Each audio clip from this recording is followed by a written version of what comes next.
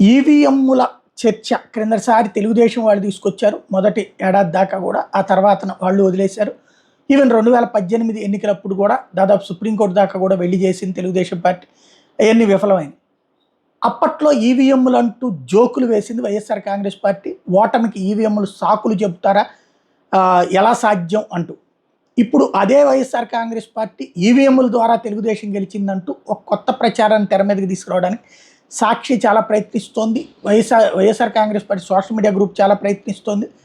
ఈవీఎంలని hack చేసేశారు ఇట్లాంటిది. దానికోసం కొత్తది ముంబైలో ఎన్డీఏ అభ్యర్థి రవీంద్ర వైఖర్ తన ఫోన్తో ఈవీఎంలని అన్లాక్ చేసి వేరే పార్టీకి పడిన ఓట్లను తనకి పడినట్లు మార్చుకున్నారు అంటూ ఏదో ఓ సోషల్ మీడియా ప్లాట్ఫారాల్లో రాసుకున్నటువంటి ఒక వార్తను తీసుకొచ్చి దాన్నే చూపెడుతూ ఇక్కడ కూడా ఇలా జరిగిపోయిందని. అంటే ఇక్కడ ఓటమికి కారణాలని వాస్తవికంగా అంగీకరించలేనప్పుడు ఇట్లాంటి అంశాలను తెర మీదకి తీసుకొచ్చేటటువంటి ప్రయత్నం చేస్తుంటారు.